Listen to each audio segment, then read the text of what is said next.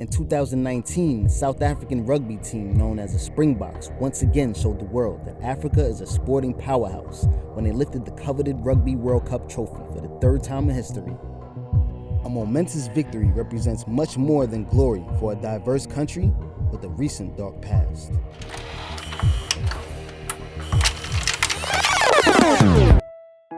The history of rugby as a sport dates as far back as the early 19th century at a rugby school in Warwickshire in 1823, and soon got widespread popularity amongst other nations of the world in the mid-20th century. As soon as rugby became a worldwide sport, the first Rugby World Cup was held in 1987 and was co-hosted by Australia and New Zealand with over 500,000 people in attendance. So at the first edition, there was basically no criteria for qualification into the tournament. So all members of the International Rugby Football Board, which at the time included England, France, Ireland, Australia, New Zealand, Scotland, and Wales, were all in participation. During the preparation for the tournament, a decision was reached to invite other nations of the world who also played rugby as a major sport. The 9 other countries invited were Zimbabwe, Argentina, Canada, the United States, Japan, Italy, Fiji, and Tonga. Despite South Africa being a nation that was actively involved in rugby as far back as 1891 when they played their first international match against the British Isles team, they were not given the right to participate in the World Cup tournament because of the ongoing racial segregation of apartheid that existed amongst the people of the nation since 1948. Good morning. Welcome to this special TV1 newscast. White South Africans are flocking to the polls today in one of the country's most historic referendums. After several years of non-inclusion in sports and the international scene, the country eventually came to a truce in 1992, and in 1995, the ban was lifted, making South Africa eligible for major rugby tournaments.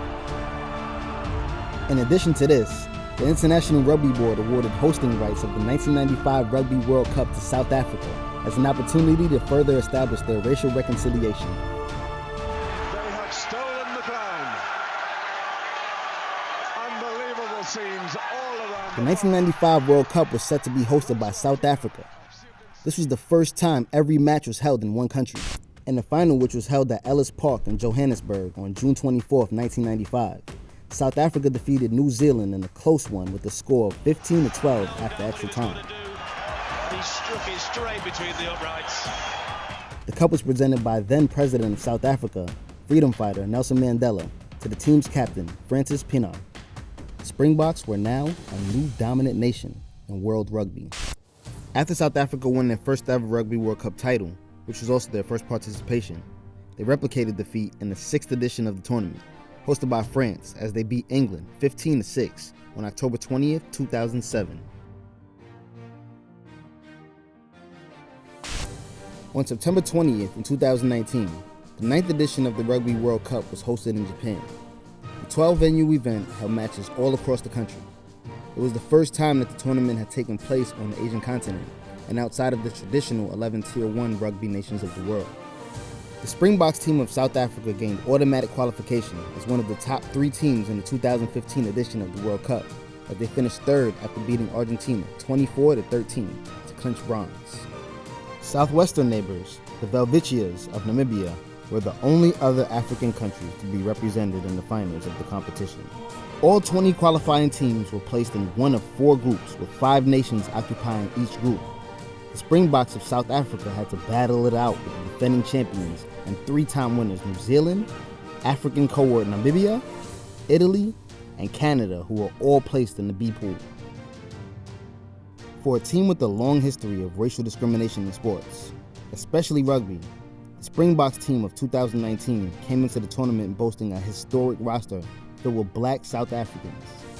Players such as the fighter, Bongi Mbonambi, the beast, Tende Mataraira, Elton Yankees, Subusiso Nkosi, and the first ever black captain, Siya Kolisi. When Zwide, born Siya Kolisi, was named captain of the Springboks in 2018, newspapers all over the world compared him to the late great Nelson Mandela. 2.5 decades after the end of apartheid, Kolisi stood as a powerful symbol for hope against black South Africans. And with that came high expectations to not only perform on a pitch, but to hold himself in a positive light. There is a real sense of anticipation here at the International Stadium. The first fixture of the group started with New Zealand showing superiority to South Africa in a 23-13 victory, as 2016 and 2017 World Rugby Player of the Year Beauden Barrett, who plays fullback for the New Zealand team, stole the spotlight by being awarded Player of the Match. In the Springbok's second feature, in a bit of redemption, they took it all out against neighboring rivals Namibia in a 57-3 riot as they revived their hopes of qualification for the group. With newfound momentum and confidence, the Springboks went all out to secure qualification from the group as they beat Italy 49-3 and Canada 66-7 in their last two fixtures held in Kobe Stadium in Tokyo. In the quarterfinals knockout stage of the competition, South Africa was matched against host nation Japan, who had an impressive and flawless campaign in their group stage matches, finishing first on the table and going undefeated. Going into the match, South Africa already had to face the challenge of home support disadvantage, as expected.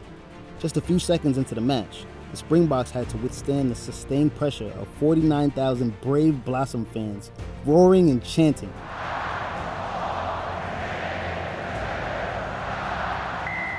The Springboks, however, defended their side courageously by repelling every wave of attacks from the Japanese team, as top Japanese wingers Kenki Fukuoka and Kotaro Matsushima were unable to force a breakthrough from the tenacious defensive efforts displayed by the Springboks. In their semi-final match, South Africa drew Wales after the Welsh team only breezed past France in a tightly contested 20-19 scoreline. The winner of the encounter would go on to face England, who already advanced to the finals after beating South Africa's old foe, New Zealand, in a 19-7 affair.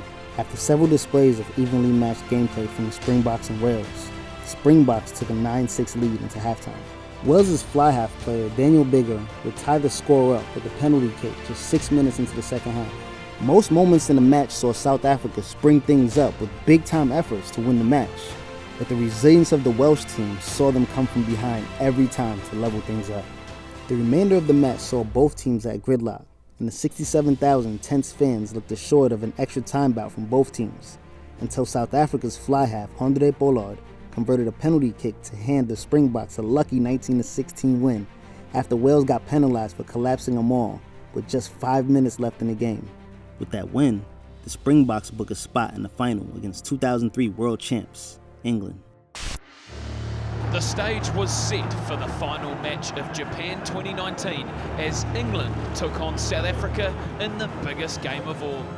Going into the finals, any pundit will without a doubt have predicted a comfortable win for England from their performances on their way to the finals, beating New Zealand effortlessly in the semifinals, a team that clearly reduced the South African team to dust in their meeting at the early stages of the group matches. Despite England starting as the favorites, their play quickly said otherwise. From the very first whistle, it was South Africa's game. It would be inconsiderate not to acknowledge the intensity and physical affair that comes with the game of rugby, as it's ranked the 6th most intense sport in the world. Barely after the injury occurred to the English side, South Africa tight forwards Bongi Bonambi and Lou De Jager were also substituted in just the 21st minute of the game. The unplanned player layoff shaped the gameplay for both teams in an unprecedented manner, as the only points scored by both teams during the first half were penalties, and South Africa was up at the half.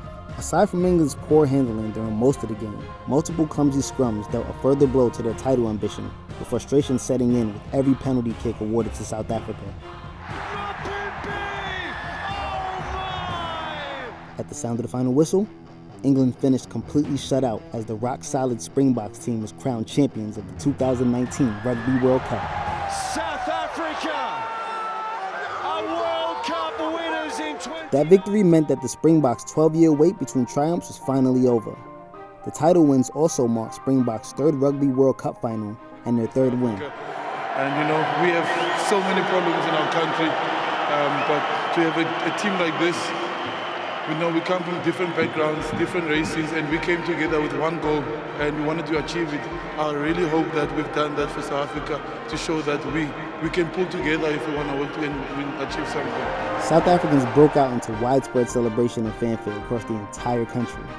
The Springboks brought the Rugby World Cup home and toured it around to share the moment with their fellow countrymen and women.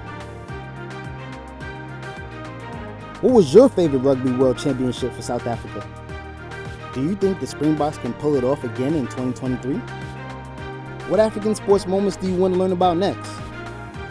Comment below and follow Africans in Sports for more news, interviews, documentaries, and more.